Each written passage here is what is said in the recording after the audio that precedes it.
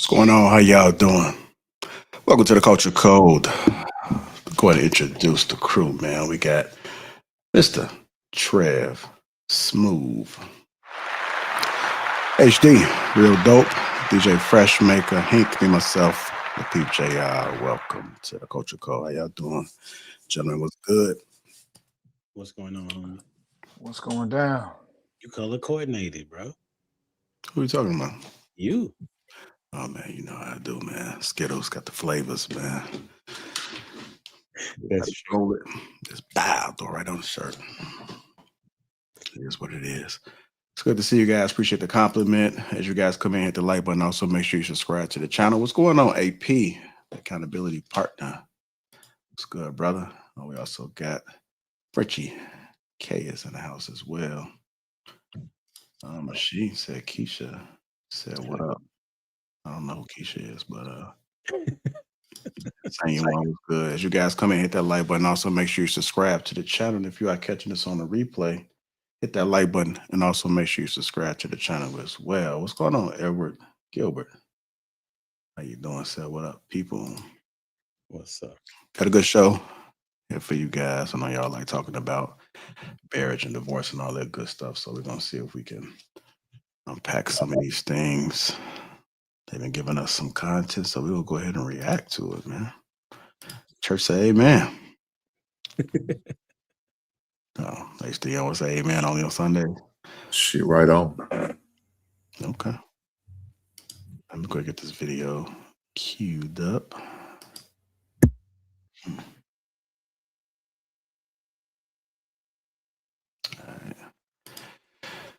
All right, so y'all all know about Jeezy. Young Jeezy, but he go by Jeezy right now. He was married to his ex-wife. She had a little talk show. They had a little drama going on, man. So Jeezy's finally speaking out.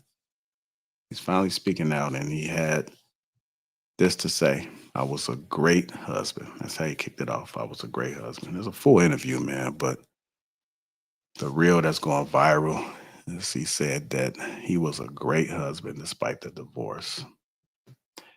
So we're gonna go ahead and open it up with that, react, and let's go ahead and get into it. What did you learn from it?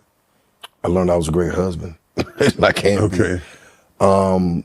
I got a beautiful daughter out of the situation, so there's no regrets there. But I learned a lot about myself. I learned that there's things that I continue to work on. I learned about, my preferences for things, the type of space that I need, the type of moments that I need to decompress about certain things, and this just unselfish nature, that I was selfish in my prior life. And I think just going forward in life, it just taught me how to give someone else grace and actually listen to understand rather than just to listen to reply. Yeah. Because when you're sharing a life with somebody, it's almost like you don't become one, but this is a partnership, right? And so for me, it's almost like I've never experienced anything like that, just coming from where I came from. So I never had to share, Yeah. you know what I'm saying? Or I never had to compromise in Yeah. a way. So I just think it taught me a lot about what compromising was like, and then things that, I can just work on as a person. We're all working it's a on mirror. something. Yeah. You know what I'm saying? It's a mirror. It's a mirror. It's a reflection. It's a funny thing. If you go deaf, eventually you won't speak clearly. To me, you can't speak right if you can't listen right. So the correlation between the ear and the mouth is so connected that the speech clears when the ear is open. So when I ask you, what did you learn from it? I'm asking you, are you listening? And as you listen, that should change who you marry if you marry again, how you communicate your music, every aspect of your life. It's like blood. It doesn't stay in one spot. It goes everywhere. Right. So wisdom is the same way. It goes everywhere. And I think everything that makes you better makes you wiser. All right, let's go ahead and get into it, man. So Jesus kicked it off by saying he was a great husband. Is it possible to still be a great husband after divorce?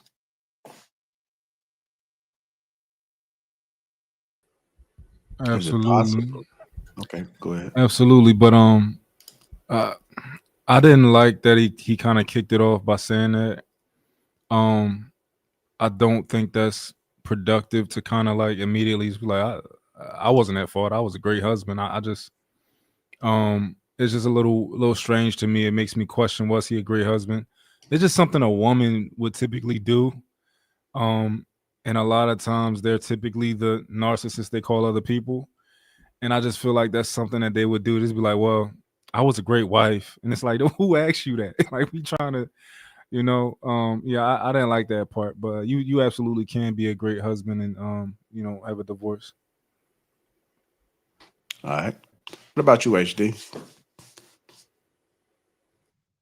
Well, of course, I mean, you can be a great husband, but who's saying it though? You would have to actually, for the most part, be inside the marriage to know if that person was a great husband or a great wife. I mean, because I would say that I'm a great husband, but I also have footage that shows that it's been said about me too, right?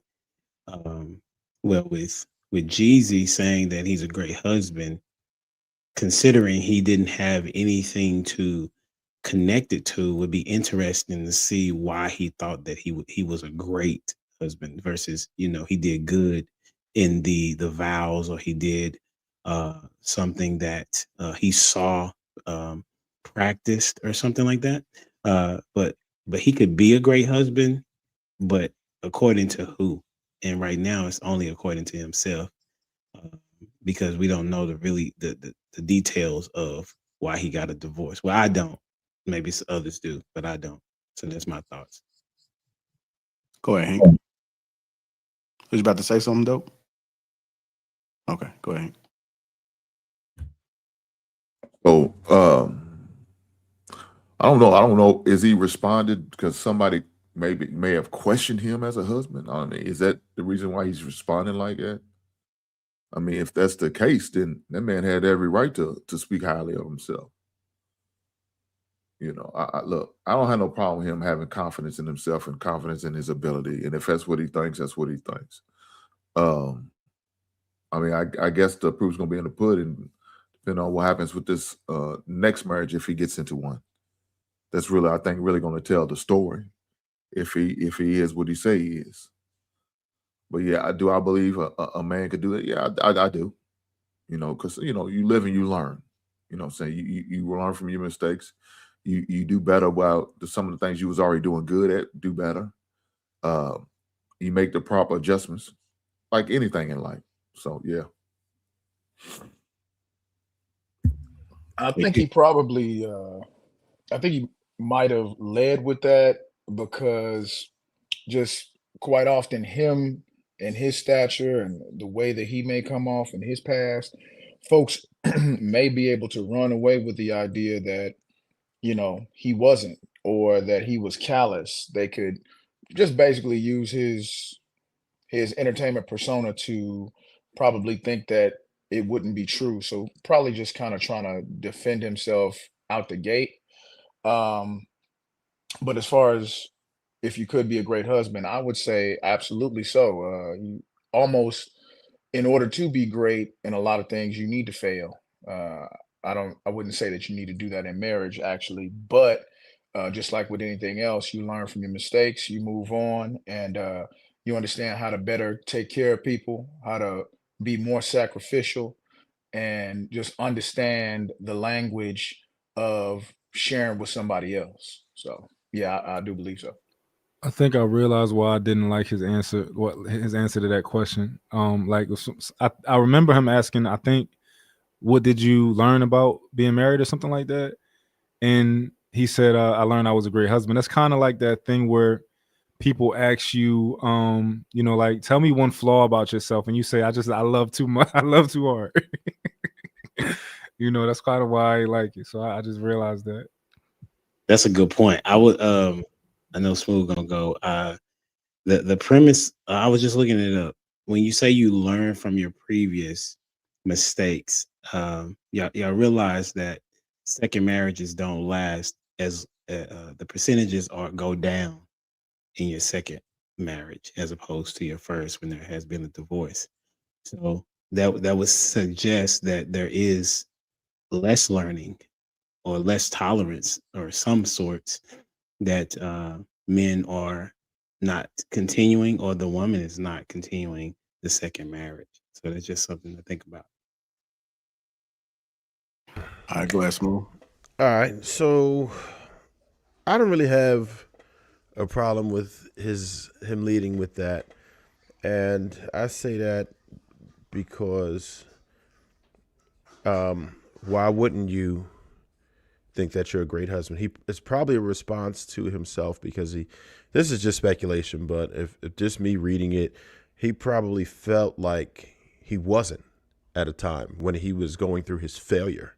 He probably felt like he was doing something terribly wrong. But it's one of those situations. He could have very well been a great husband, right? And what I always say, no one's the antagonist in their movie called Life. So he could have been doing everything right. And funny enough, she could have been doing everything right. And they could both be a great husband and a great wife, but just not great for each other. Right? One of the other things is, you know, being a single what mom, happened? you hold your child's heart in. Somebody, y'all hear that? I'll go ahead. My bad. All right. Yeah, so I think we blame ourselves a lot of times for not understanding marriage. So it's kind of something you learn on the way. It's not something you should learn on the way.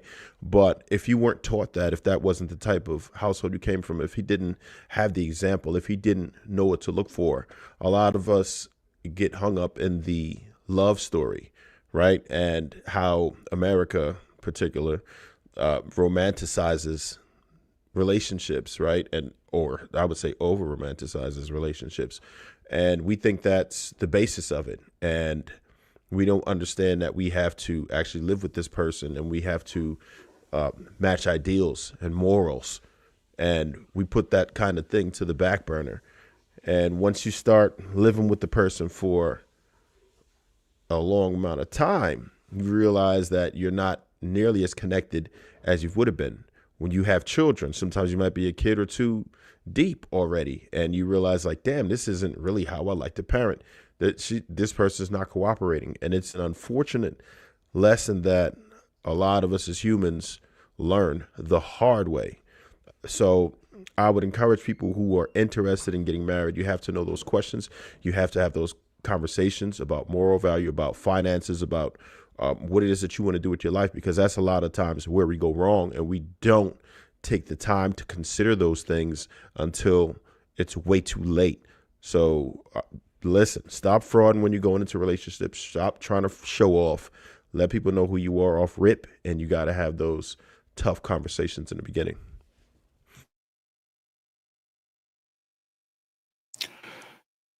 He said he learned to listen and understand, not to reply. In most marriages, who really struggles more with that, men or women?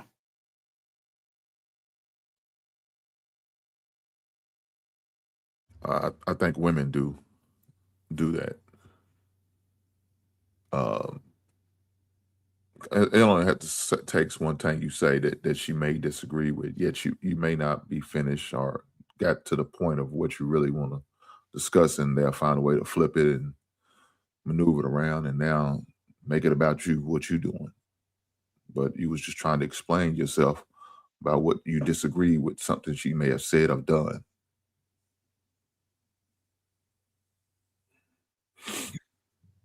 Ask that question again for me, JR. He said he learned to listen to understand, not to reply. In most marriages, who really struggles more with that, men or women?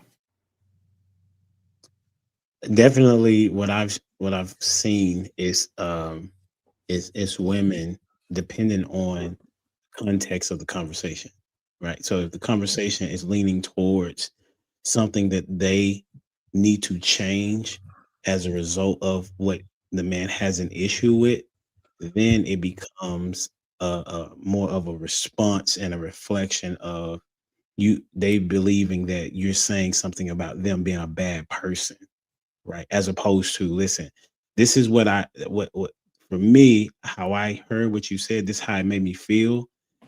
Typically they don't take that as constructive criticism to get better. They take it as a shot at their ego, or a shot at how they are as a woman. So but as it relates to husbands, what I've seen, and of course this is just my viewpoint, is that the man is typically trying to resolve the issue, in the sense of, if she has an issue with him, well, he's like, okay, what is it that I can do better, and what does that look like, right? So and also counselors say the same thing. I don't know if y'all seen the show, what's the show with the lady on HBO, Couples Therapy?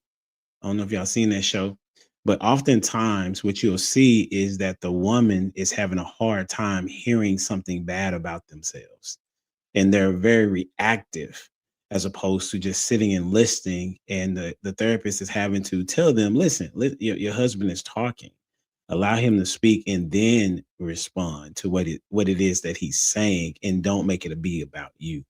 So that's what I've seen.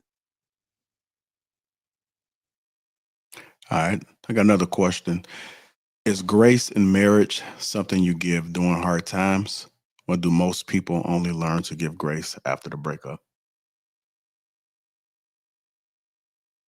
Yeah, that's something you better learn how to give during a relationship, hard or good times. It doesn't matter. You always going to have to give grace. It's not going to stop. Hmm. Can you give me some examples of what someone may give a grace for? Like, give me something a little bit more on the serious, not something simple. Yeah, okay.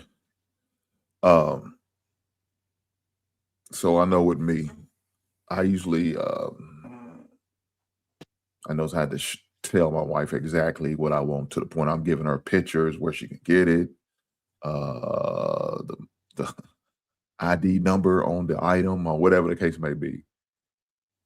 And somehow, some way, she found a way to get it wrong.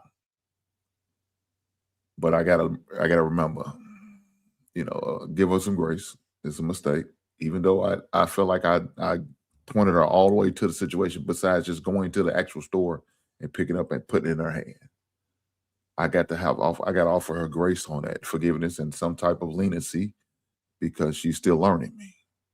So that's one example that I can give you. Yeah, I would probably say a lot of times they may not ever learn it. You just may have one of those, whatever, and that one of those may look like a lot of things, maybe different from different folks, but people know. You may not talk about it in public to your friends. It may just be one of those things you kind of keep to yourself, but you're like, damn, this motherfucker's struggling, just struggling. But they have a lot of other good qualities about themselves, and it just may just be, a little bit of airhead, a little bit naive. It may look a little different, but I've seen it. But it's just one of those things that just never come up. It's just something that's typically between you and her, and you hope that it doesn't become one of those things that just show up at the wrong time. And there's no perfection. You know what I'm saying? So like, you can't say, well, I'm not going to give her grace, but I want her to give me grace. Like, it don't work that way. That doesn't really make sense, because it's supposed to be a reciprocal relationship. And you, as the leader, and you should be the spiritual leader of your home, in my opinion, where you are leading in a way that shows her that you love her no matter what, whatever the situation may be. Even if y'all get into an argument, she may yell at you, you know, because she's frustrated, or she just, whatever the case, she didn't like what you said and she responds in that regard. I was just reading something that said that couples that are successful, they learn how to forgive quickly, you know, and don't let it linger, and don't go to bed. You know, the Bible talks about it. Don't go to bed angry. You know, that's hard to do, obviously, but it helps as well. So I would say that it's more important to give her grace, because she will in turn give it back to you, hopefully. Does it always take place? No, but however, you as the leader supposed to set the tone anyway. Mont, I got a question for you. Do failed marriages teach people to choose better partners next time, or just to build higher walls and trust less?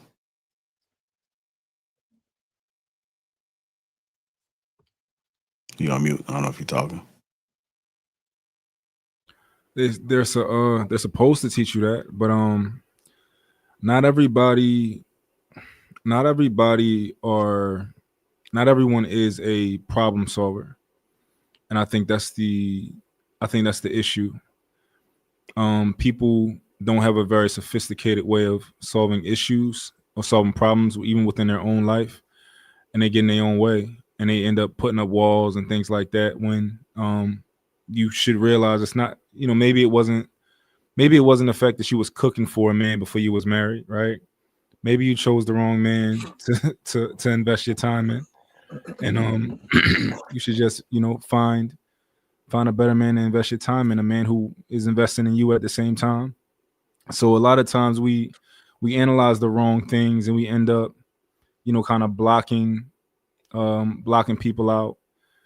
So yeah, you should absolutely learn how to vet better. You should learn more about yourself, what you want, the type of relationship you're interested in, the type of partner you're interested in. But a lot of people just try to get back out there and jump into relationships, or they close themselves off. But both of them, I think, are the wrong things, the wrong way to go about it. I would say an emphatic no in that case, and not because of what I feel, just based on the data we have access to. So 2/3 of people who get divorced get married again. Men are slightly higher, and the failure rate is close to 70%. In third marriages, even worse. So it doesn't help. It really doesn't. I mean, some people think that they can just find it, and it seems like they go into rebound mode, which you are liable to make hella mistakes doing that. Some people are just hard-headed and they don't want to put in the work. It should learn you, and I'm sure there are some people who do say, look, I'm going to do this differently. But in a lot of cases, people just do it like they do a rebound. They just try to get the extreme opposite of what bothered them most about their ex-spouse, and everything else is wrong with it. Some people just feel like they have to be married just for the sake of being married, not understanding the sanctity of marriage or what the reasons you should be married are. Right. And that's, I guess, would vary from people to people. But whatever the case is, they're doing it wrong.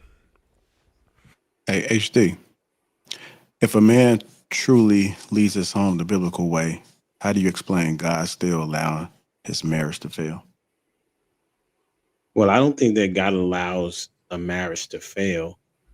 I think that it's more so about the two people that's in it that are willing to follow the vows that they said that they was going to the vows that they took in the beginning.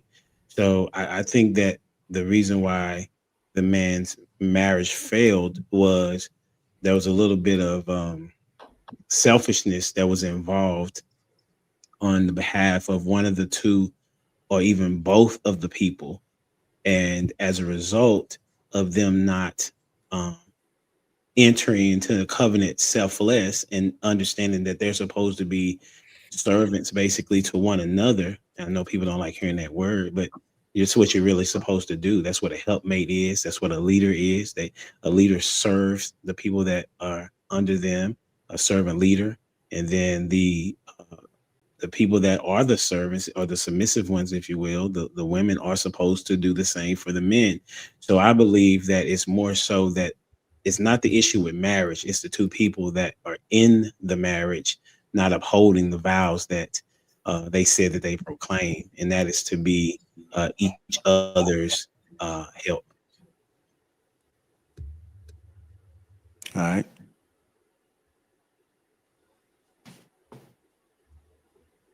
What does true accountability after divorce look like? Should you like publicly admit your flaws, changing your behavior, or both?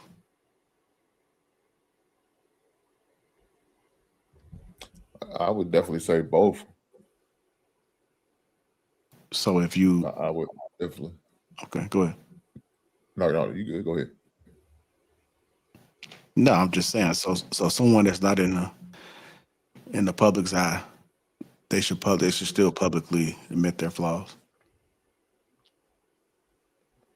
Yeah, I mean, going to therapy is publicly admitting your flaws. No, it's not, Hank.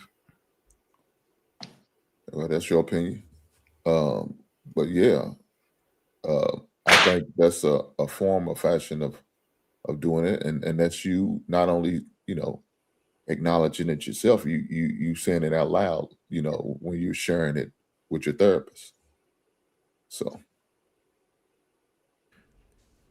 Hank, the reason why he would say it's not is because you literally have a confidentiality agreement for it to not to be disclosed to anyone else.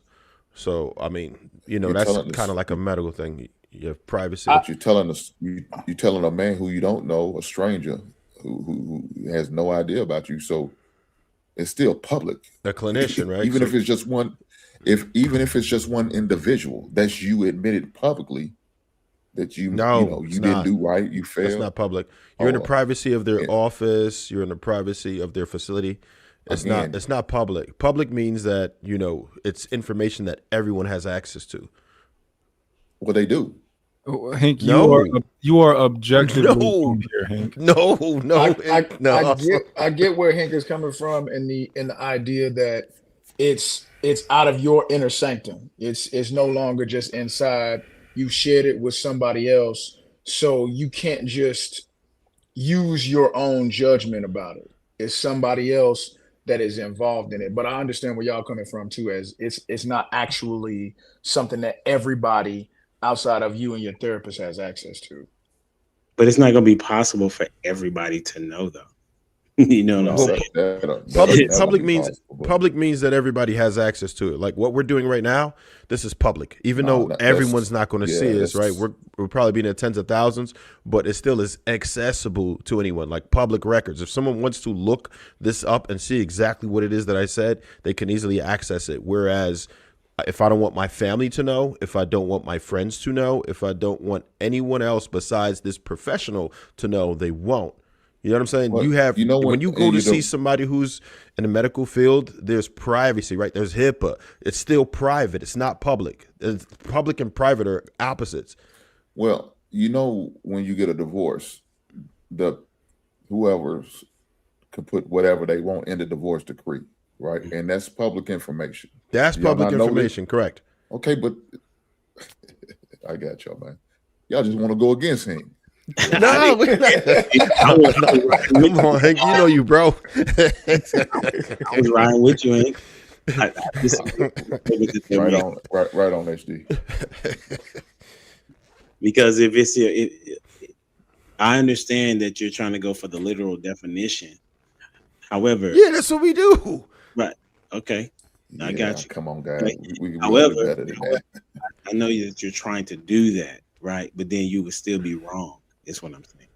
Because if it is out of your internal, as it relates to if I tell a psychiatrist or a psychologist or a doctor, it's no longer private, because there are things that you all will take to your grave, which would make it private, right? If you told your spouse, you have also made it public, because that's a person that you have just told that was something that was on your mind, and you gave it to them. That's why they, when you're with a woman, they want you to reveal what it is in your mind or how you're feeling to them to make it public. And that's just one person. So it doesn't have to be to where everybody has accessibility to it. It is just that there is somebody other than you that has access to it. That is what You see makes it. that? You see that square on the bottom right there? What's that say? Private chat, right? Meaning that nobody else can see it. Even though all of us can see it, it's still considered private. It's within an enclosed group. There's private and then there's public. The comments that are on the top, those are public. No, seriously, it's different.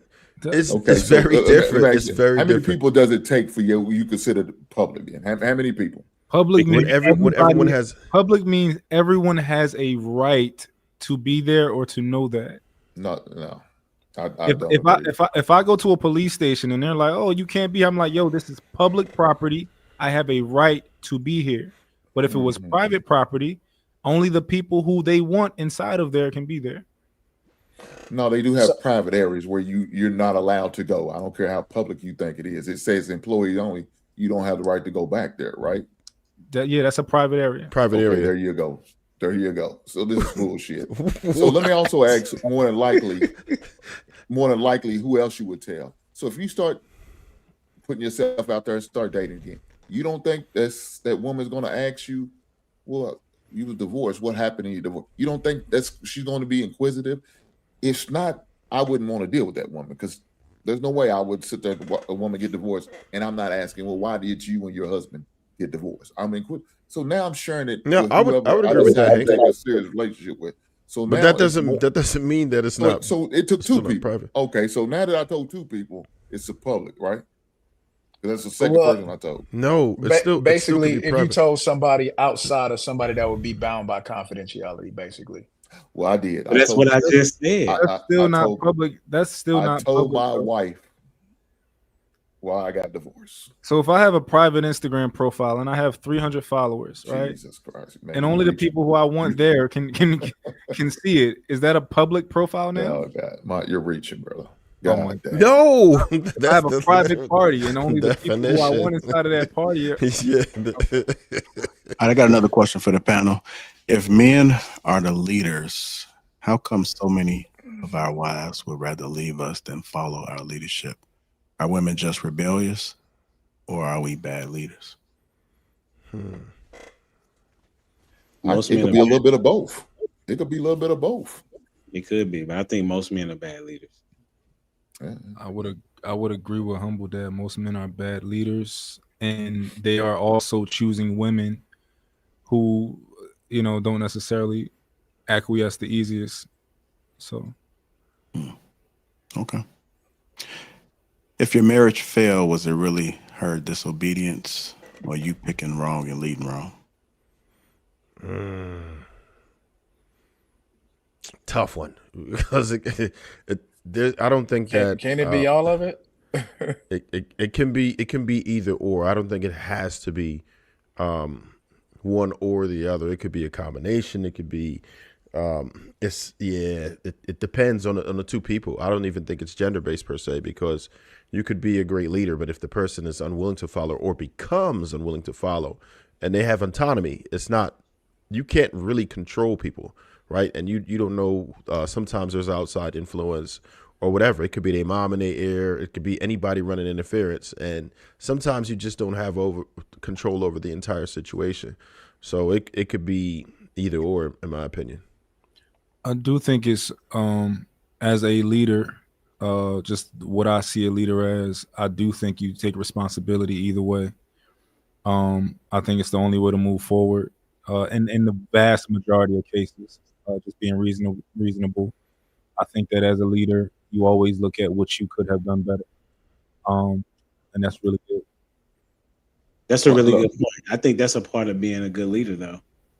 If you take accountability as opposed to, but there are times, right? There are times where a good leader has done everything that needs to be done, but then the woman doesn't want to follow the leadership. This is why it's important for them to grow together. Right? So as a leader, you should be helping her grow at the same pace, or if she is growing at at a particular pace, you should be trying to grow at that particular pace, depending on what that is. And so I would say that men are going to typically be either you going to take the responsibility or it's going to be given to you, right? If a relationship ends, it's typically going to be, what did he do wrong? So you might as well assess yourself to say, okay, these are the things that I could have done better. This is where I missed the mark, and keep it moving if the relationship ends. If you're even in the relationship and you want it to get better, you should take a moment and look and see what is your leadership style, and how is it affecting the woman that you're with. Because if you have changed in any particular way, then she may have a problem with that particular change, right?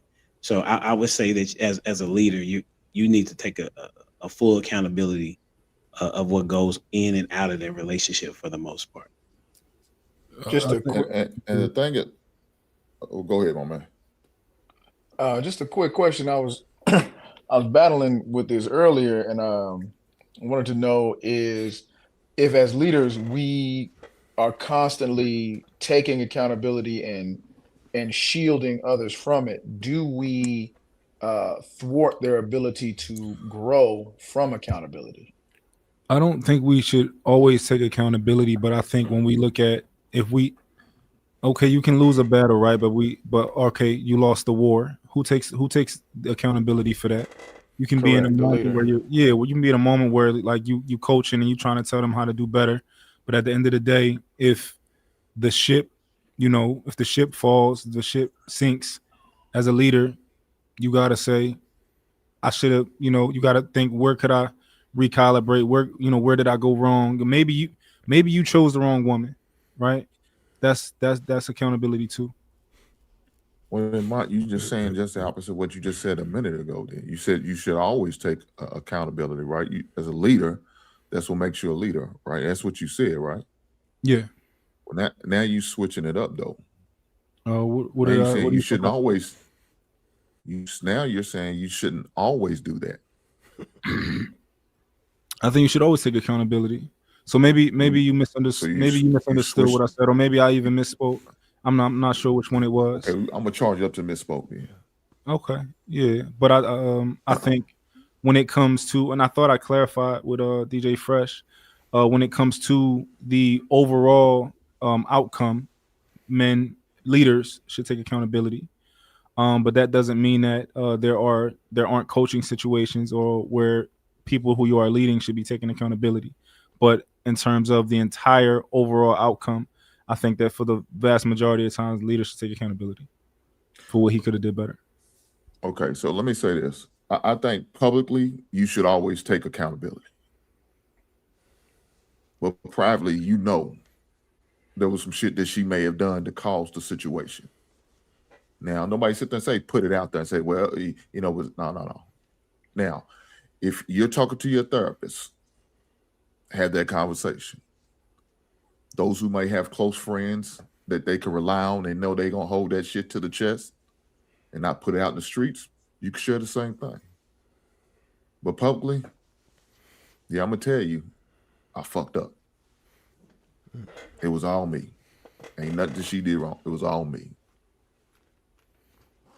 What would be, just for clarification, what would be the purpose of just taking all of it and letting everybody know that it was all on you? Otherwise, you're being messy. Mm-hmm. Simple as that. Look, we see it on the regular, on the sports level. Quarterbacks taking the blame for certain games and how things went and how things didn't go. You be watching the game, man. It's obvious. No, dog, that wasn't his fault.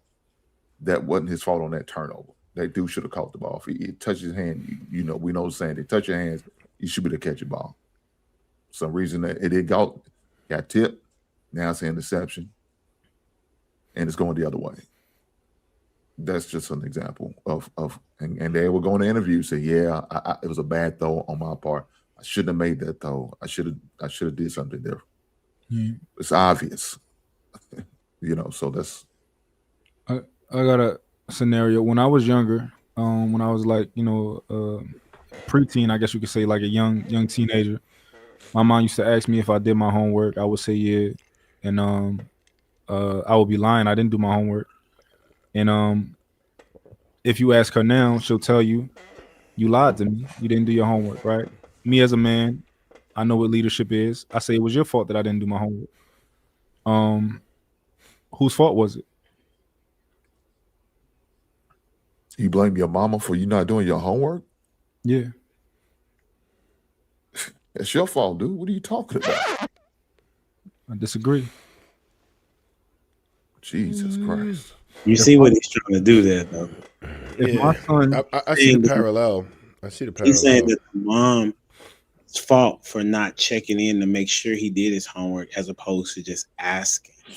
She was the leader, considering there was no dad, I'm assuming, in the household.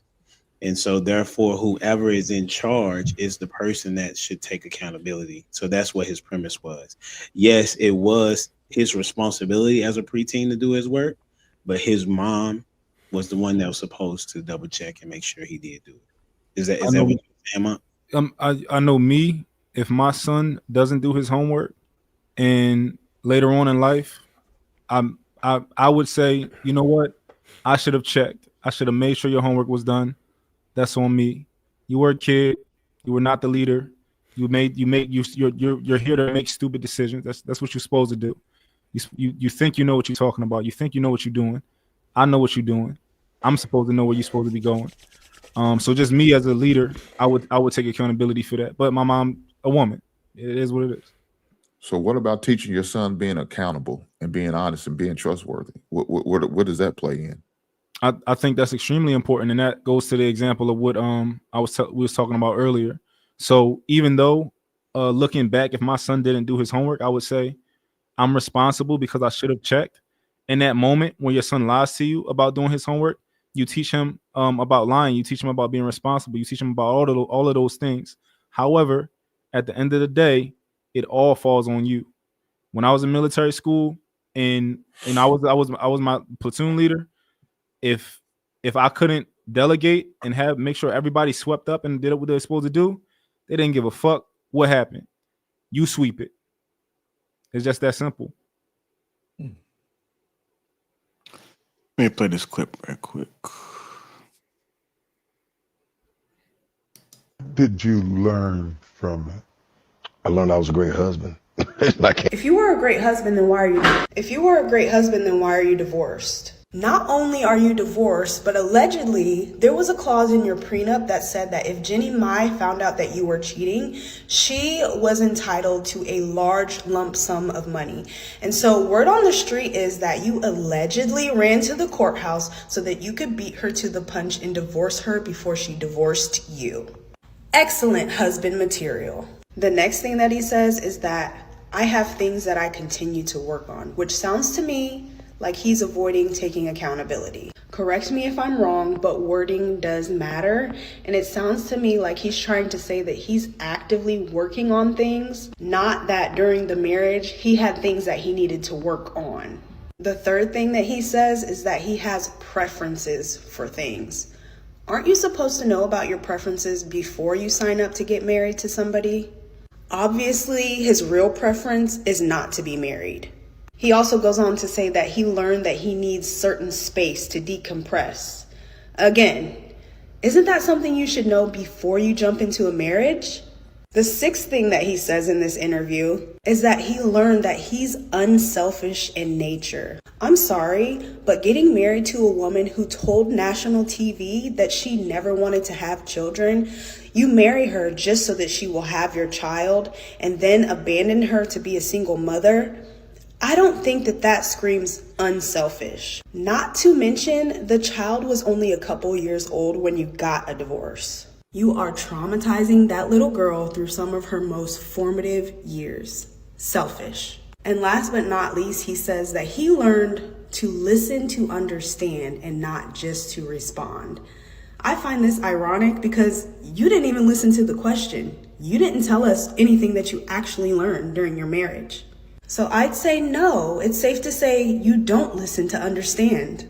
Jeezy was a great husband when he was married to Jeannie Mai, or at least that's what he claims. But by whose standards? Because for me, I would think that the only person that can proclaim you to be a good husband is your wife or your ex-wife. And same thing if the roles were reversed. If you say that you are a good wife, the only person that can speak on that or say that that is true would be your husband or your ex-husband. Because just think about it, for the women that were married, if you divorced your husband or he divorced you and he was going around telling everybody that he was a good husband to you, how does a great husband stay married for 2 years and get divorced? It seems just a little bit delusional. And then why don't these people ever have epiphanies when they are actually in the relationship instead of after the relationship has gone sour? Nobody seems to understand anything while they're actually in it, so that they can work on their relationship, they can work on their marriage and make it last, make it work. So TD Jakes asked him, what did he learn? And the first thing that he said was that he was a great husband. I would be interested to know if they ever had a conversation about her comment that she made where she said that she likes her dark meat on the side. You guys think that they're coming for him, but based off what they're saying is that she was showing signs that she might not have been a good wife. I would love to see if any one of those women are married. I would doubt that. I seriously doubt that. I didn't notice any rings or anything, but yeah, people try to make it seem like marriage is an easy thing. You go into it in good faith. I do understand that people make mistakes, and they just realize they could not coexist. It's unfortunate, right? But we have to understand that people are human. There are sacrifices I'm sure they both made, and it wasn't a good fit. But again, like I said earlier, I think they went behind that whole lust or love thing, and it all gets kind of jumbled up, and people end up in these types of situations. I don't think he came in there to abandon her and just take the child and all that. That's kind of wicked and a wild assumption. And the reason why he would go to court first, if you know you're going to divorce, is because you're in a better position as the plaintiff than the defendant in a divorce. A lot of people don't really talk about that, but that's the truth. If you're the plaintiff, you're in a more offensive position, and the defendant has more of a challenge. That's just what it is. So it is strategic once you realize that you are going to do that to file first. So I think they were really dogging him, and maybe he didn't do a great job, but I don't think she did either. Just from some of her ideals and some of the things that she's displayed, she's one of those hard lefters, and she had to me, I take her as a feminist. And I think that it's very difficult to be in a relationship with a person who is a feminist to begin with. What? So I know we talk about women always choosing certain guys for a particular reason because they anticipate their kids looking a certain way. Do you think men do that too? You think men intentionally have kids with women based off of whatever preferences that they desire, hoping the outcome of their kids look a certain way? Absolutely. LeVar Ball is one that comes to mind that said it for sure. He said that he wanted somebody that was athletic, pretty, because he knew he wanted boys to so that he can train them to go to the NBA. I would assume that most men want their wife to be beautiful in their eyes, and therefore, when they're looking at the woman they're choosing to marry, that they're looking at their lineage to see are they going to have some nice looking children. I would assume it would be very interesting if a guy was like, I'm not concerned with how my children look, fast forward, right? So it is definitely a thing, whether it's conscious or subconscious, that men look at their wives or potential wives and look into the future to see what their children are going to look like. I would argue that. No, I was about to ask you, what do you ask you? Just as a question? Yeah. Oh, I just know how women would often choose certain men based off of their looks, race, whatever it may be, in hopes of having the particular outcome with their child. The question was, do you think men do that as well? I think a ton of men do it. I think a ton of men. I think a ton of men who feel like they ugly do it too. Yeah, I think they like a lot of men, like the ones who probably you can consider to be self-hating. A lot of them are trying to get them a little light skin or white woman, you know, just to try and soften up their jeans. I think a lot of them be doing that. I really do. Did you just say they jeans be hard, bro? Is that what you saying? They trying to soften up their jeans? Yeah, I think that's what they be trying to do. What? They don't be liking, you know, where they come from, what they look like. So, yeah. I think when it comes to the foresight of mating, not only are they looking at the woman as far as how the kids are going to come out, because of course you want your kids to be healthy and handsome or beautiful in order for them to have a easier time in life, but they're also looking at the mother to see how the lady that they choose is going to age gracefully. So, and I think that's just a human thing, you know.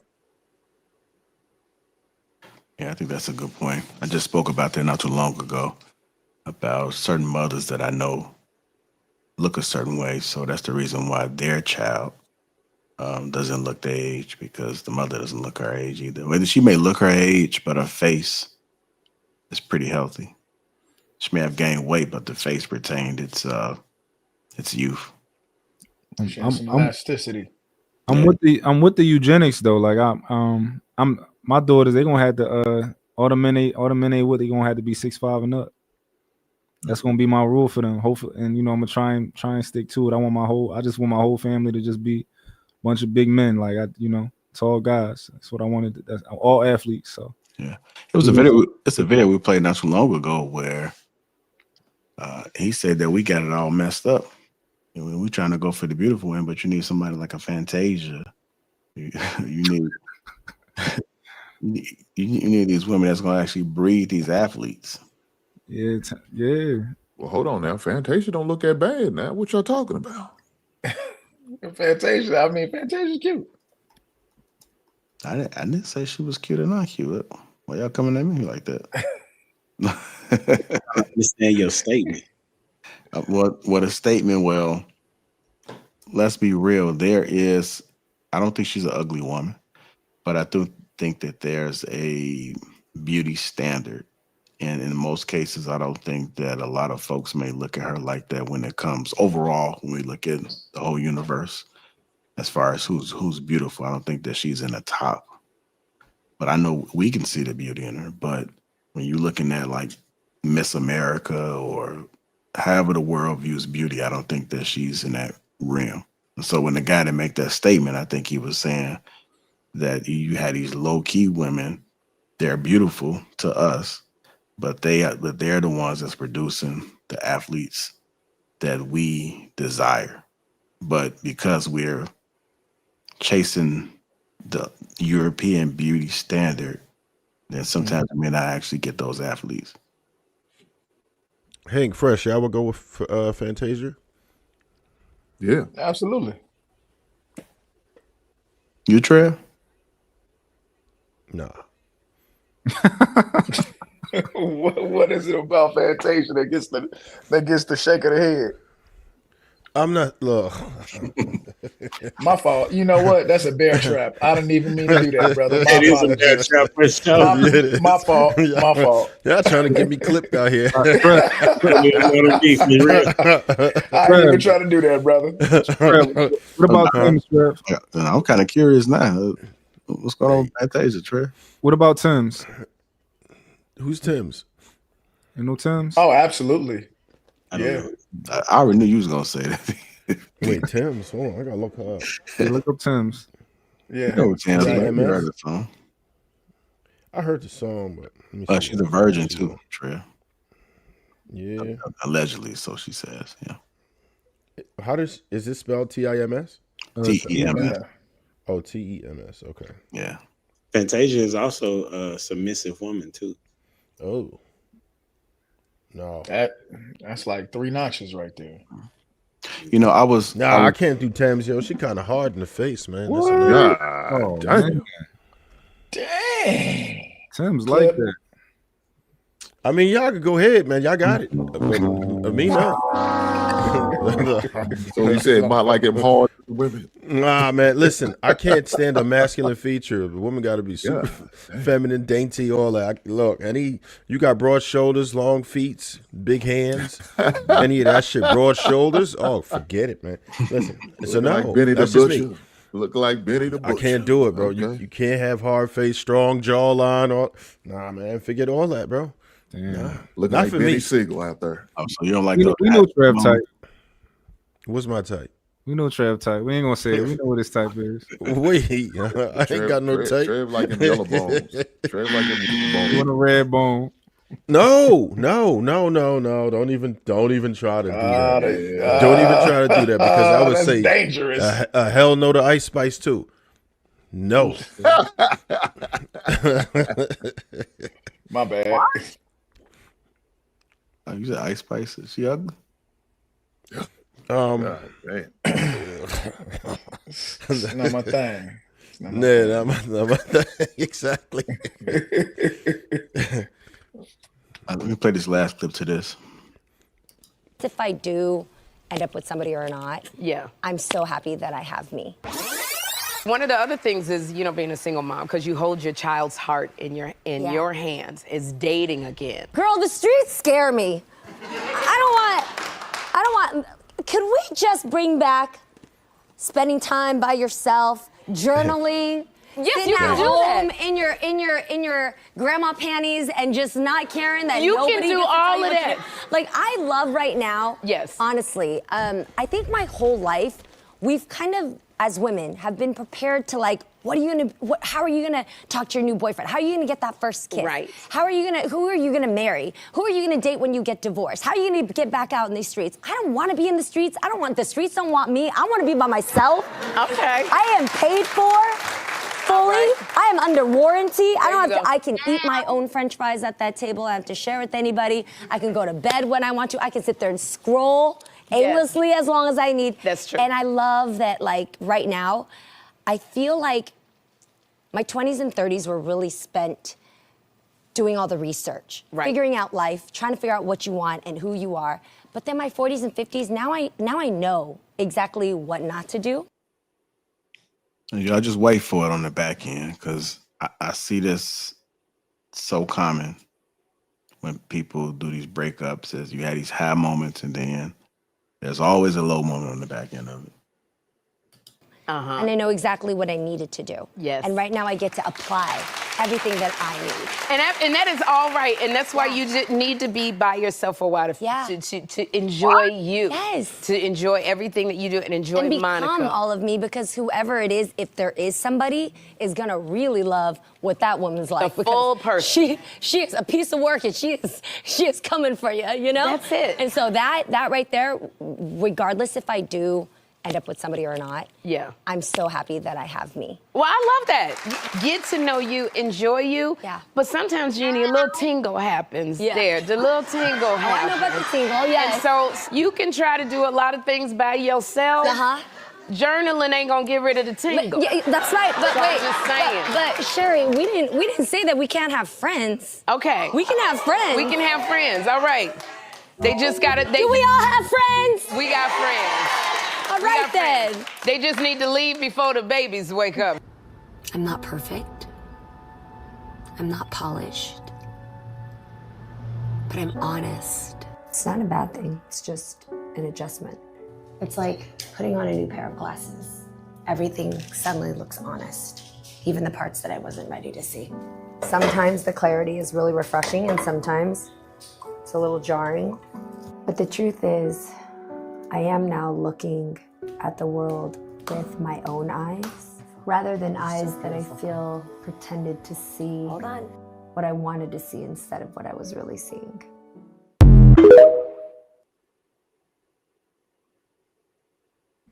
Did y'all notice how she said she didn't want the streets and then turn around and says she's for the streets? Yep. They lie in order to stay from feeling alone. Look, she's ready to re-embrace that whole culture, man. That's exactly what she's talking about doing. Talking about, I got friends. I bet you do. They call roses, and they stay on your nightstand, waiting for you to patiently use them. That's what they are. Yeah, It could man. be also a dude too. Nah, Though. she gonna get pounded. It could be a She dude. gonna get Too. pounded. Well, I'm sure it is, though, HD. I'm sure it is. Somebody is not going to override that. And it sounded like the audience was full of hoes, too, embracing that and encouraging that bullshit. Sherry started it though. Come on. Yeah, well, she's a hoe, too.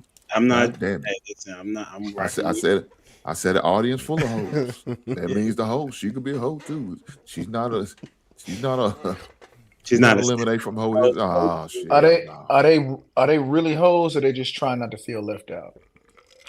No, they hoes. Because if you embrace it, encourage it, yeah, you might as well be right there with them. Yeah, because you should have stand 10 toes down, right? Yeah. I love you me. wouldn't co-sign it. Me. Yeah. Why? If you speak against it, I can agree with it. But if you ain't speaking against it, yeah, you fall right within the whole phase, and that's okay. Good luck to y'all. Is it if somebody is married or divorced and they have a present father for their child, are they still considered a single mom? No, Okay. You know, I wouldn't say so. because they're not single mothering. Yeah. They're co-parenting. I noticed that a lot of people try to get up under that umbrella for a form of protection, but they already have protection for their children. So it was just interesting that I heard her mention that. I think that there are people that want that title because it makes them appear to be more empowered, or some type of badge of honor that they wear for some particular reason. Well, it's not some particular reason. It is that the culture, the hip hop and the black culture for sure, seem to put it on a pedestal. Oh, you out here being a single mother all by yourself, doing this thing. That's what it appears to be when you say single, when in actuality, she has a rich dad that actually is there for her, right? But at the same time, he did cause the breakup in his relationship. Like he was the one that went to go get the divorce. So he did make her have to be a co-parent, a co-parenter. So the person that was speaking about that earlier, she did have some valid points about he did have options to rectify the situation based upon what I was reading. They did go to counseling. Don't know what those things were about, but some of the things that were highlighted publicly, if according to some of the people on the panel, is that they had issues with parenting styles, and she alluded to that there was some type of domestic altercations, as well as some infidelity that he denied. But it would be interesting to hear why he was the one that wanted to divorce her if there was no infidelity issues. I don't know if y'all noticed also, he said that he did have trauma issues that he was able to see in the marriage, because when he went to therapy, it was brought up that he had traumas that he had not dealt with. So that in itself would say that he couldn't have been a great husband if he was struggling with things inside the marriage that would be a trigger that he had not dealt with prior to.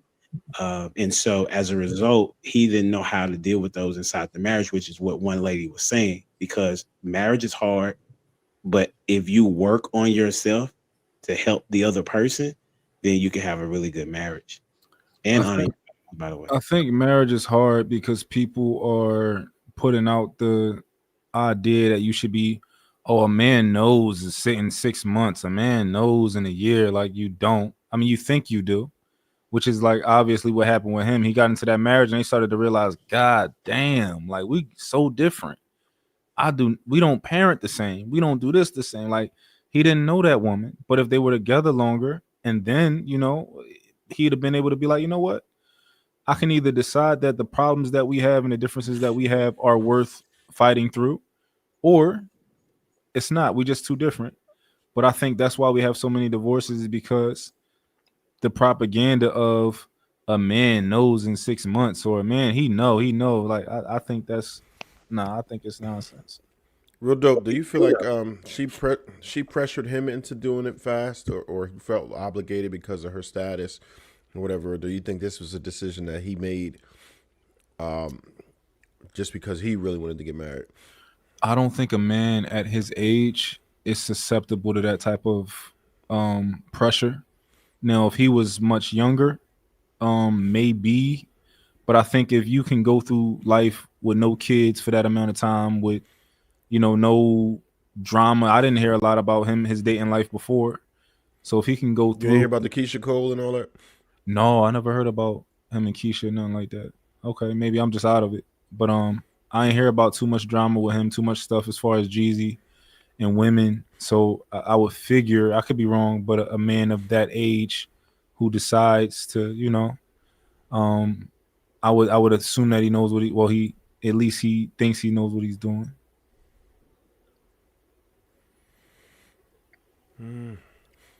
And you know what? I just want to be honest for a second. Well, I'm sorry, real quick. I was reading. Are you saying that Jeezy didn't have any children?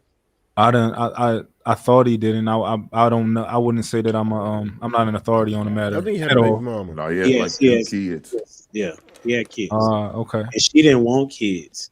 That's one of the Right. reasons why she got divorced from her first marriage for up 10 years. So to have a baby with Jeezy was a big deal for her, considering she didn't want. Yeah. Maybe she didn't want. Yep. She didn't want one with that. She didn't want one with that man. That she was with. Yeah, she said she want that. She said she want that black meat. Yeah, she did. On the side. She said on the side. I mean, essentially that's what she got, just in much more of a formal sense.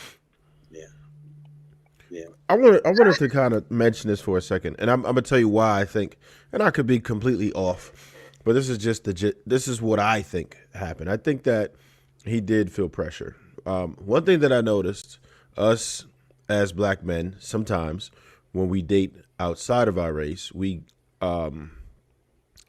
afford other races too much of an opportunity, right? This is not something that I say we should do. It's not something that I condone, any of that. But I've witnessed that happen. I've witnessed some people who would normally date like 6s, 7s, but if they get them a snow bunny or somebody who's not black, then they'll go down to like a 3 or 4 and treat them the same or better, and give them certain privileges that they wouldn't give to a black woman. And to me, I think he felt like it was a good look, and he might have jumped the gun with that. Yeah, I think my own personal opinion is they were just mad different, and having a child together probably expanded that revelation. And as things probably got tumultuous, she might have let him know, like, yo, hey, I can make you look like this. I'm already a media darling, and your claim to fame is being a gangster rapper. So we can flip this easy. And he just basically beat that to the punch and was like, I'm not gonna get up under that bus. I'm in favor of men being proactive, so I ain't never gonna I think men should be proactive when it come to they kids, when it come to the divorce. So I don't agree with just sitting back and letting a woman beat you to the punch with everything. So yeah, by the way, I don't know if we kind of talking about their relationship correctly. Like, I'm looking at this, and they were together 2 to 3 years before they was married in 2021. They got engaged in 2020. They had a baby in 2022. When did they start dating? 2018, late 2018. Late 2018. They made it public in mid 2019. So I think 4 years is enough time. Right. So I'm saying, so he had enough time. If you're talking about he have enough time, he had enough time to be able to say, the do's and the don'ts, or whatnot, or what I like, what I don't like, all the different seasons that he could have seen as it relates to the 4 seasons that we have and he made the selection that he made. Was he forced? To say that he was forced, I could not say that based on the information given, because the baby didn't come until after they got married. You see, Do you think? I just saw something with Denzel was speaking about his wife, and he was saying you got to be the same person. Nothing really changes. You got to be the same person. Do you think people change once you officially get married? Do you think? And I guess certain people may be able to speak on it, but well, there should be some type of change. Yeah.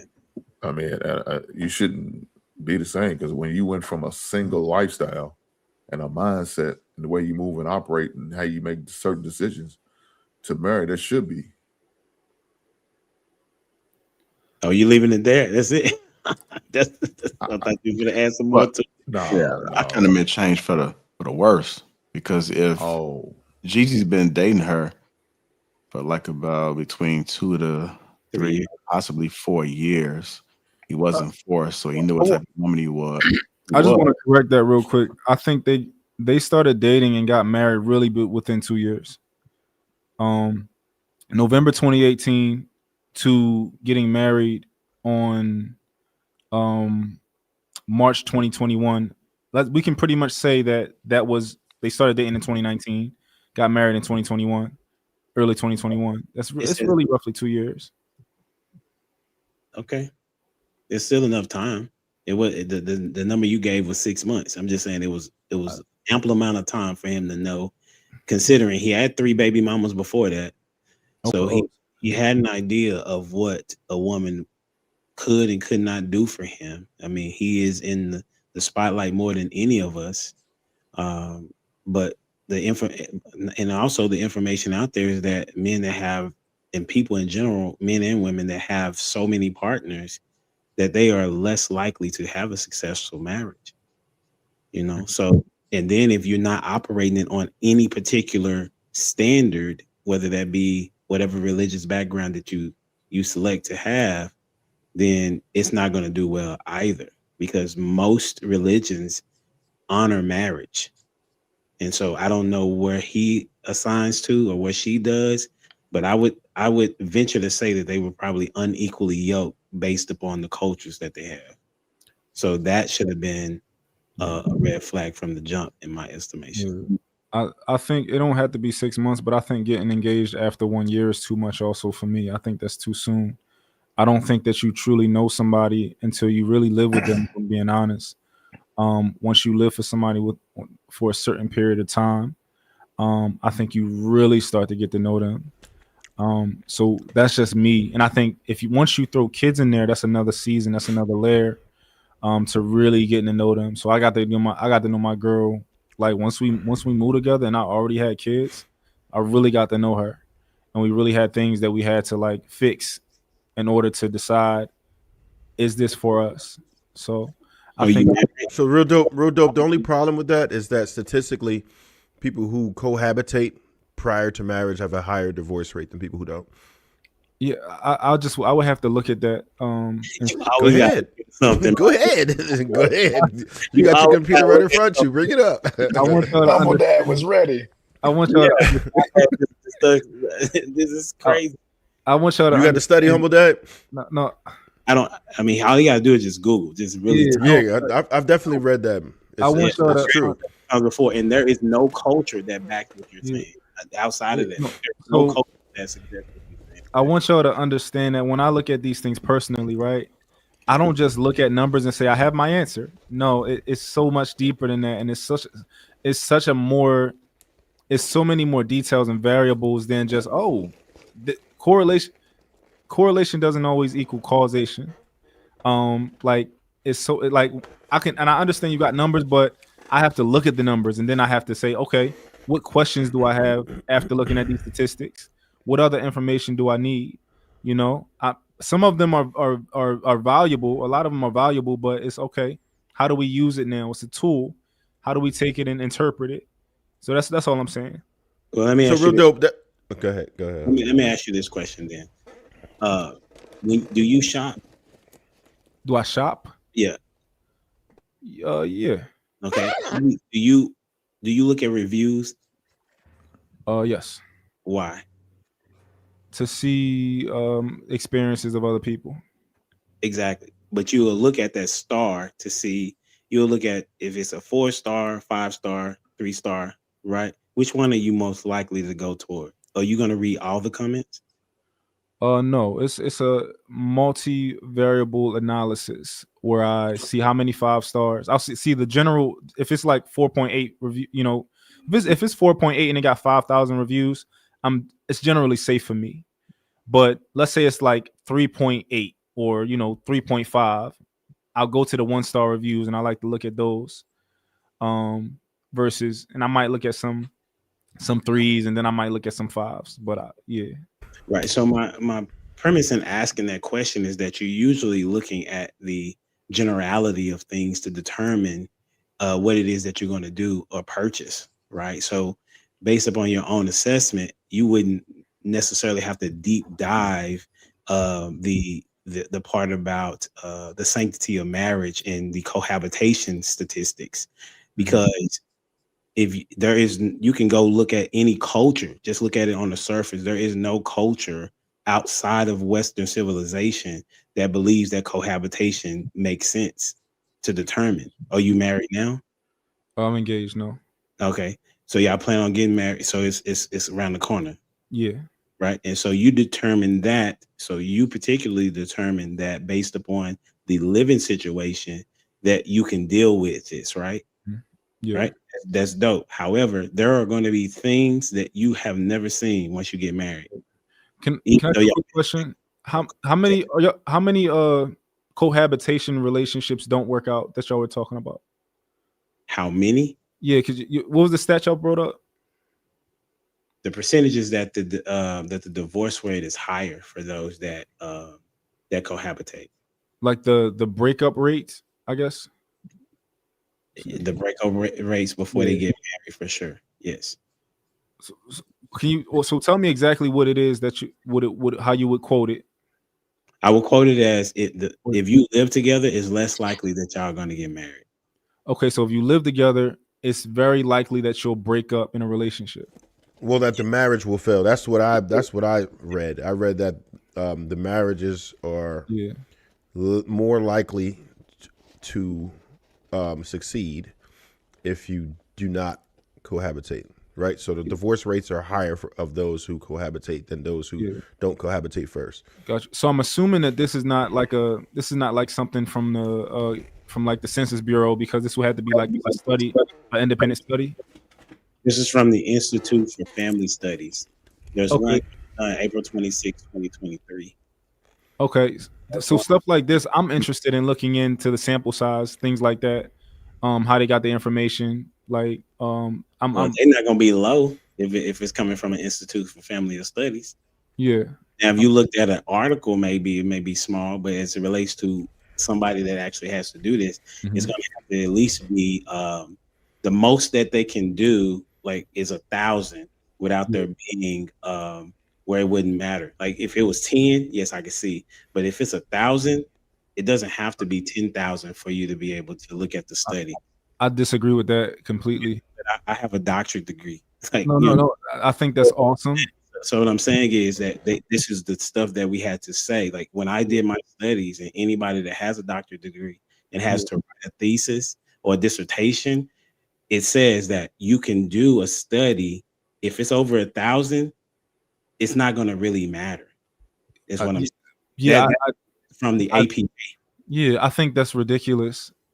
I'm just, and I want to express to you. So you think it's ridiculous that it's from the APA, bro? Yeah, and I want to substantiate what I'm saying too. And I understand you saying, "Oh, it's from the APA." Like that doesn't move me. That's bullshit. Like that's like saying, "Oh, the COVID vaccine." It's all the doctors are saying, "Take it." It's not the same. APA is the one that writes it. MLA, they write this stuff, bro.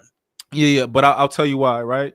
So to realistically say that out of all of the relationships that are going on and ending, in the United States and in the world, that let's say 100,000 relationships are started every year and ending every year, and you're telling me that you studied 1,000 people And you're telling me that, okay, we can take this and extrapolate it over thousands and hundreds and hundreds and hundreds of thousands of relationships. I think that's completely ridiculous, personally. Yeah, I think it's You ridiculous. base it on what though? Give me a reason why you base it on. Yeah, It's ridiculous. I base it on conventional wisdom, because when I think about it, right, I would ask you What? I would ask you more. I would say, okay, what were the percentages of, like, what were the races? What are the, like, let's say there was a pie chart. How many black people did they survey? How many white people? How many Asian people? Because all of these things may not be important to you, but I think they give a lot of context culturally into maybe, okay, let's look into this and see why your relationships aren't failing because we have different cultures. So is that information that you would have, like the breakdown of, like, are most of these people white? Are most of these people black? Is that information that the study would have? I'm sure it would.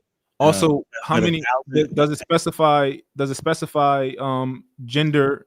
Does it specify heterosexual versus non-heterosexual relationships? Also, I'm sure it could. I mean, you can look at any particular study if it's cited correctly. You'll be able to, and they've written down all the people that they've surveyed. You can see that. What I'm saying is that even I'm saying in the 1,000, you're going to have the more than likely you're going to have a generalization of every position or every ethnicity or every gender, each gender, represented in it. That's why they're able to not have to do such a large number. Like, for example, when we do the census, do you believe that everybody does the census? No. Okay, but we use it, right? Mm-hmm. Why? Because it's a representation of all the people, even though everybody did not take the census. But right? the census is a really, really large sample size, though. Right, but how you know that? You don't probably even know the percentage of people that even do it. Yeah, honestly, it's just a guess right now. But I would guess that it was a really, really large sample size that can compare it to 1,000 people. But what I'm saying is to you, if there are it's almost 100 million people, we say, right? I'm telling you that it's probably maybe a fifth that even took the survey. How many people would that be? It would be about 20. We were saying maybe 20 million, maybe 20 million. Right, but even in the 1,000, that's what I'm saying to you. It will still be a representation in the 1,000. Is what I'm communicating to you. I think that what I see is that you want to be able to dissect it enough to see if you're making a good decision. Most people don't do that. So that's why we operate in the generalities of things, right? So when you are, you may be the anomaly, which those do happen. But that's why I came back to you to preface that every religion, every culture, and this is not a study, like, but if you go talk to people in the culture, they do not believe that cohabitation should be a thing. Yeah. The reason I disagree, right, is because if you get, so the divorce rate right now is what, roughly 50% for first-time marriages. That's really large, right? And it makes sense that once you live together, a lot of those couples are breaking up and not making it to marriage, because I think that's what it's for. You know, you live together and you're like, oh, we're so different. We can't do this together. I'm not willing to do this with you. I apologize. I have to interject. Go ahead. Who was correct that it's talking about in the marriage that they have the higher divorce rate.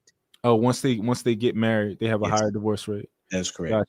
Got you. It says 50 to 100% more likely to end than those who without premarital cohabitation.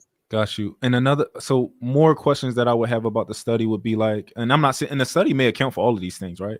But I'm saying another question would be, what are the ages of the people that you studied, and how many of the people you studied were cohabitating at 22, and how many were cohabitating at age 30? How many of those people were cohabitating in college together, and that's what they considered it to be?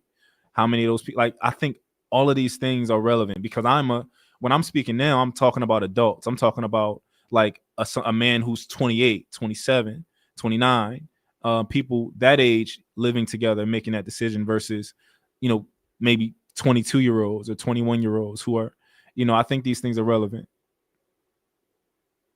I'm with you. I put it in the back chat. It says, and I'm just doing a quick Google, so I'm not going down through the crevices of it. Now, if it works for you, incredible. However, to the masses, it suggests that was that 18 through 30 is what I put in the back chat. That your representation believes that it's a positive thing, but before marriage and engagement. But this group also sees higher disillusion rates, right? So then, of course, you say that you would have to research, and that's from the Pew Research Center, who has that information. And then you also have the National Institute of Health, right? So it's so many different places that you can see this information. Now, if you can defeat the odds, then that's great, because there are ways to overcome things that are that are not successful to others, right? Like, having a great business, most businesses do not succeed, right? But there are businesses that do succeed. So I would say, look at the families or the marriages that do well and model theirs. That's what I would suggest. I think that's much more important than I think that's very important to do that to the ones that do well and the ones that, not just stay together, but the ideal marriage that you're looking for, in the relationship dynamic. I think that's important. Yeah. Trev, So go ahead. I was going to ask, does it explain why those folks tend to get divorced more? I did. It was a while ago I read that, but Okay. I'll look into it. I'll try to grab it before the show is over. But real dope. The reason why I brought that up is because it was only to contest the point that you used your own anecdotal experience to say, all right, well, this is what works for me, right? And I try to bring things that will work for the masses. So that's why I would just use data that we have available to us, because in all honesty, most things that you were able to do, you were able to accomplish would never apply to the average person. And I think there's a lot more average people that listen to us than the anomalies. You know what I'm saying? So if somebody tried to live life the way you say live life, they're going to fail because they're not in a position to. There's a lot of things that you have to put back there. Like a really honest woman would not cohabitate with you in the first place. A person who most of us would really, really be looking for, that real purity, she's not going to cohabitate with you in the first place. You know what I'm saying? So that's one thing. So, and that might not be what all of us are looking for, but if somebody's really looking for like a pure wife, she ain't even about that shit. And all of our situations are different. I promise you. And I don't think that anything that you was doing wrong, but it would be wrong for everyone to try, because you got to be in a certain position to even get certain things off. They're not coming from the same position of power that you are. So it ain't going to, one size don't fit all in this particular scenario. Yeah. I actually think that, like the scenario you gave of, finding a woman who is, virtuous and kind of like, not going for that. I think that that's more in line with an anomaly than, the women that most of these men are going to end up with or have to choose from. But the only reason I say these things is because I think is useful for the average person. Like, I think it's useful. Like, the reason that I bring up my situation is because I think that's what most people go through, is a turbulent situation where they realize that in marriage, they realize like, oh, we're not meant. We have gridlocked issues that just we're not changing. Foundational issues that we just disagree on inherently in our makeup, and people realize these things while they're married. I think that if you can make it, you don't got to live together, but if you can find out these things before you are married, whichever way you can figure it out, I think living together is a good way.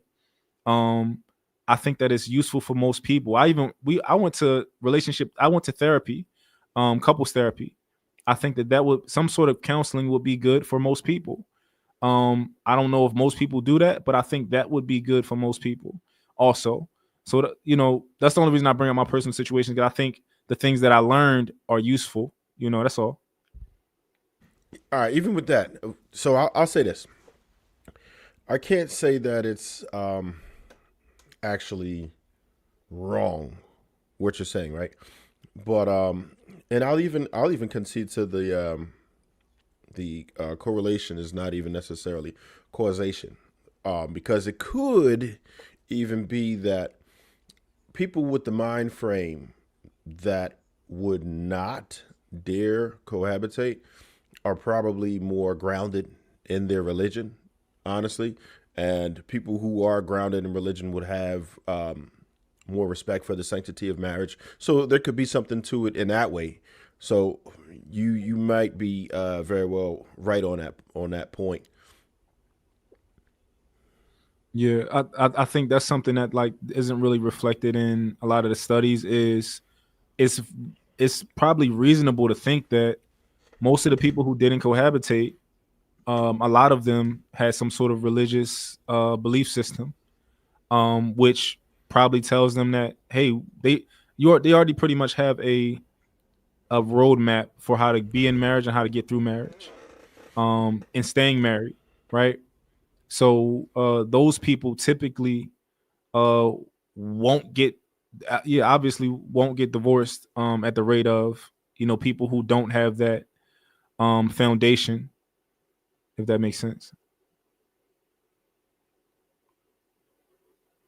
Yeah, I put it in the back chat just a little bit because it's a lot to be able to go over, but it's just a couple. It's several things as it relates to answering your question, DJ, in relation to why does cohabitation lead to divorce.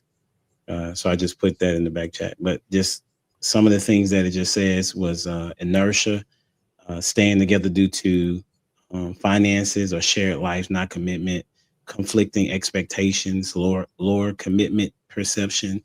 One part says women typically view cohabitation as a step towards marriage, while men might see it as delaying commitment, creating conflict, and that's according to doctors Les and Leslie Parrott. And then another one said lowered standards and commitment.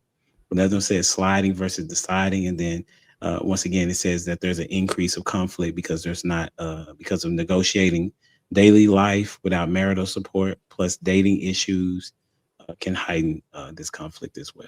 So there's a couple things that it suggests. Appreciate it.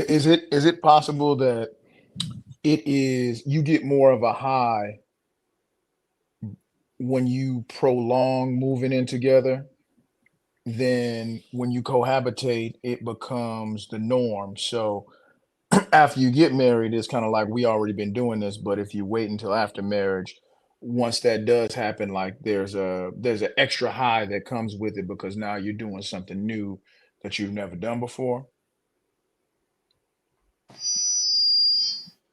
You're asking, is there a high? Yeah, is that possible? Like if you've never if you've never indulged in sugar and now all of a sudden you've indulged in sugar, like it's just a new high that you get from now living with your person after you get married, as opposed to going through years of cohabitating with them and you just get used to it.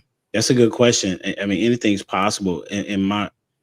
From my perspective, obviously, I'm saying that I think that most people do it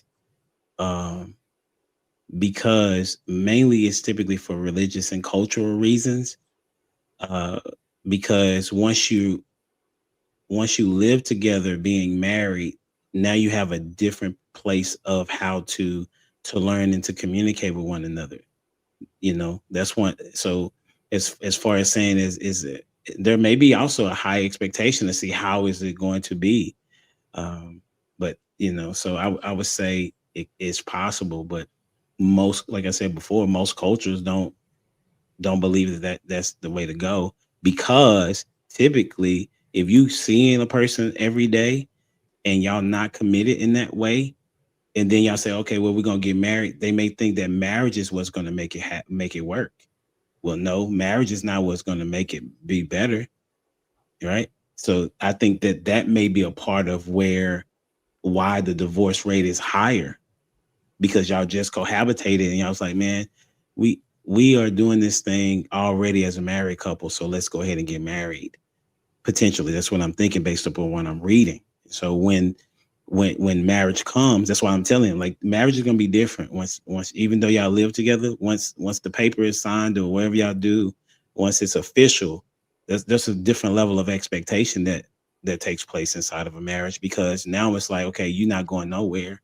And so how will that affect your psyche, knowing that here's a commitment to life that's supposed to be for life? What are you going to do now? Are you going to disrespect the position that I'm in, or are you going to honor the position that I'm in? Right? How does that work? Because before I could just leave, so it's not as much pressure. It's going to all boil down to the mindset. Yeah. You know, that mindset is very important. And you can just hear it in a person, because there are some people that I speak to and you can tell that they are marriage minded. And then you can tell the folks that have gone through some things and they just on the fence and they just not with it. So with those people, you just don't want to try to force it. You want to try to align with the people that are equally yoked, so to speak, with your mindset. If you listen to Amira, and I've had conversations with Amira and been knowing her for a while, she always asks, like, what is this happiness thing? Because she looks at marriage as a duty. So no matter what's going on, whether she's happy, at a low, dissatisfied, she's committed, and this is her duty. This is what she has to do. There's been times she's hopped off the string because her husband's mother or family members are there and she has to go and make tea. You know, this is just what she has to do. So she looks at it as a duty, as an assignment, versus what you probably see now in Western culture is that a lot of folks they don't cohabitate, and then once they get married, they live together.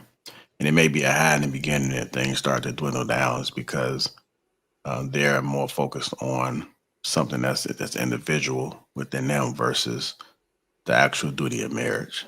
Because if you understand that marriage is going to go up and down, your feelings, emotions are going to go up and down. There's going to be outside variables that you can't control that's going to affect both of you guys. But when you come home, or once you make this commitment, it's just like, no matter what's going on, this is what I signed up for. So as long as you're in your right mind, because some people lose their mind and then they're just on the other side, a different frequency. But how it's supposed to be is that this is what you signed up for, and what you're going to do for the rest of your life. But people think that it's conditional based off of social media. We're going to continue to have variables that come into play. Social media is to play now. Now it's AI. AI is the next move, and I'm pretty sure it's going to affect marriages in some sort of way, whether it be sex dolls or porn or like fake intellects. it's gonna affect some people. I don't know if y'all seen. I think it might have been Yanni. I think like Mendici had wrote something, and people was able to look at it and see that was ChatGPT that wrote that. So you have a lot of different things that are gonna constantly come into play. And the question you have to ask yourself is, can our marriage withstand everything that is present and what's going to be coming in the future, or the unforeseen? Can our marriage withstand that? And if you can answer that before anything happens, then I think you got a better chance. If someone can answer that question, say, I'm in it for the long haul, no matter what goes on, then you got a better shot. But there's some folks that's just telling you straight up they're not with that marriage and not trying to get married. Do y'all believe in getting married for duty? Purely? Yes. I would say I do. So do y'all because there's a lot of men who don't agree with the idea of kind of I guess you want to say going out, what they say, going out on a sword, because they talk about how you get a divorce and women do this, they do that, they can do this, but if it's about duty, do you think that that's something that we can necessarily complain about? If you did your duty, or is that a part of that a part of the job, is to go in there without a prenup, is to go in there like trusting and all that type of stuff? That's an honest question. I think it's a good question. And I think it's going to be situational based off everything that's happening. I believe that most people will they would want to say yeah, but I think you have to look at so many different factors as far as coming to how you want to approach a marriage. I mean, this is something that's new that we all experience, and a lot of people are affected. There's a lot of women that are affected by what's going on, and so it's kind of really hard to narrow down for most men as far as how they should approach their marriage. You know, he gets old school, so he might have grabbed the old school woman, and they may be the best play for them. But somebody that's dating new school, I don't know if y'all know Trill. He's been on here before. And Trill said if he was able to get a divorce, he would get a prenup, and that's just based off of how the world is right now. You know, it wasn't needed before, but he said if he got a divorce and he was hopped out on in the market, it's a different ball game. You don't know who's for you, and especially with his credibility right now, I can imagine that would probably be at the forefront even more so than when we had the conversation a few years ago. So At least he said he'd get married again. I like I like I think I like marrying for duty, but I also like marrying for love and for all the other stuff too. I think they all play a part in the getting married thing to me. But I do understand just doing it purely for duty, and if y'all both are doing that, then perfect. Y'all on the same page. But I know at least for me, being a millennial, I want some love in there. can you explain why for the people that don't understand? Yeah, so I believe humans need each other. I believe men and women need each other. I believe in lifelong partnerships. I think that one day it'll be better to have somebody committed to what I want to say. I'm trying to find the words. But the example I'm about to give is like my eyesight won't always be the same. My looks won't always be the same. There's going to be a time in my life where I'm not as strong as I was, and I think that it's better to have a person there with you, who can kind of pick you up in those moments, and vice versa. I think that I think about stuff like that. I think about the things that might it's not insurance, but if you can go through life with somebody else, I think it makes life a lot easier and also a lot better. Also, kids and things like that. I think that they go that it's easier and it's better to raise a kid together than to raise a kid apart. I do think that makes a lot of sense. So when it comes to duty, that's the duty part. But at the same time, for the love part, it could be all the movies I watched growing up. It could be the things my mom told me. It could be the things that I saw, the examples in my environment. But that's something that I want out of a relationship. That's a feeling that I want to have. It's possible that at some point in my life I might not care no more. I just might be like, oh, just do it for duty. I just want to do this for that. Some people might want to do it for a check, but I'm at the point still where I want to do it for love. Mont, if you never had any kids, or if you didn't plan on having any kids, would you still get married for love?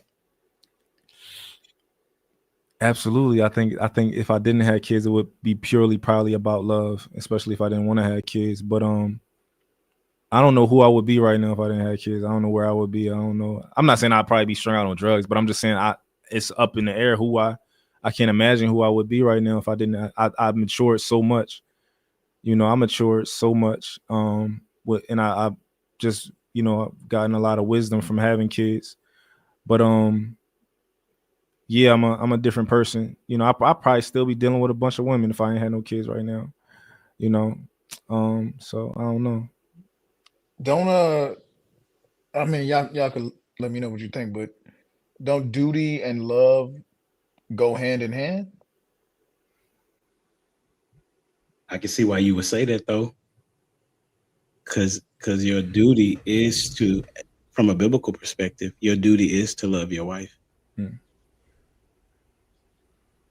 So what does the Bible say? What does the Bible say love is? Love is patience. Love is kind. Love is long suffering. God is love. One of the main things. So love doesn't keep a record of wrong. These are things that love are attached to.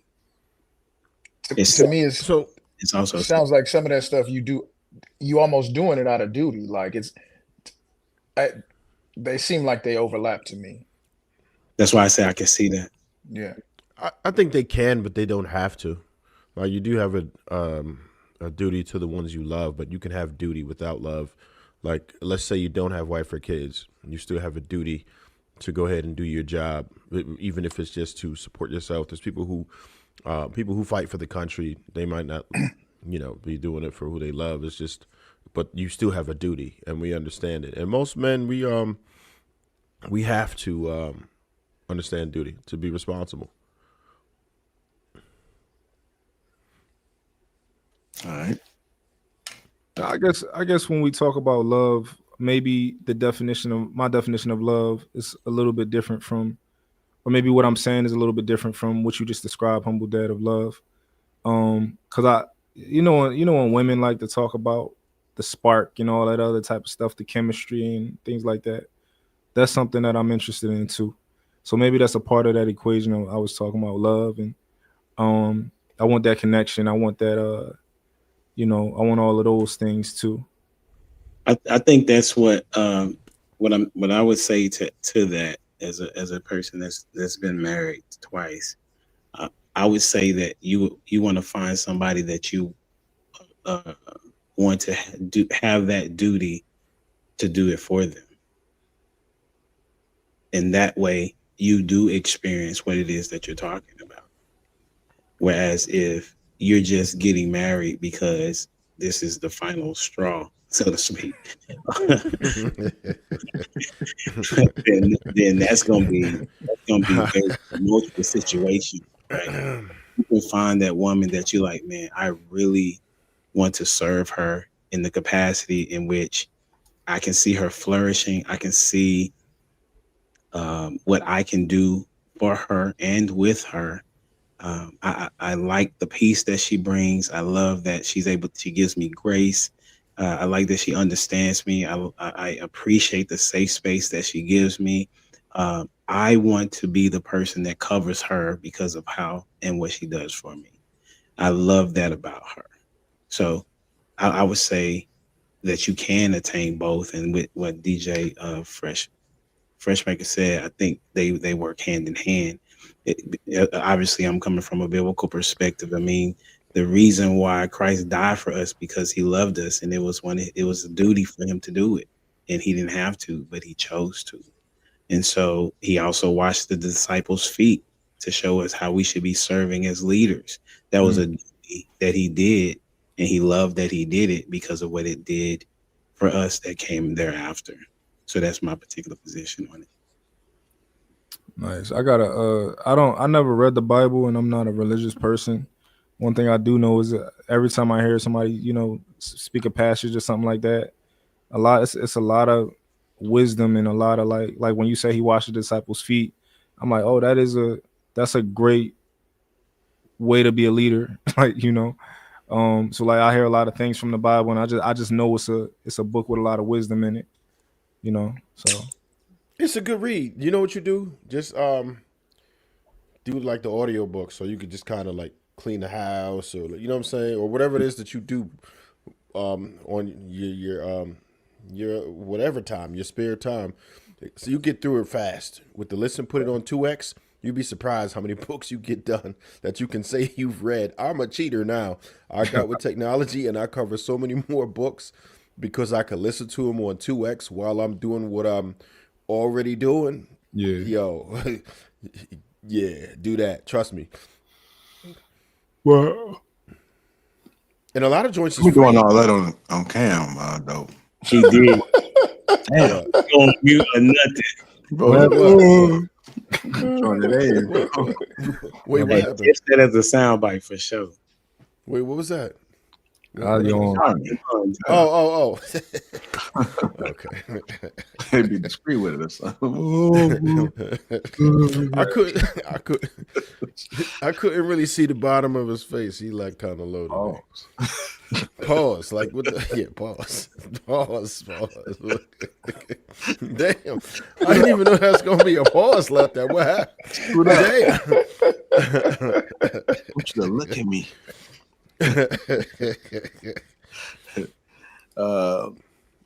We got brother, we're gonna call him, also another $5.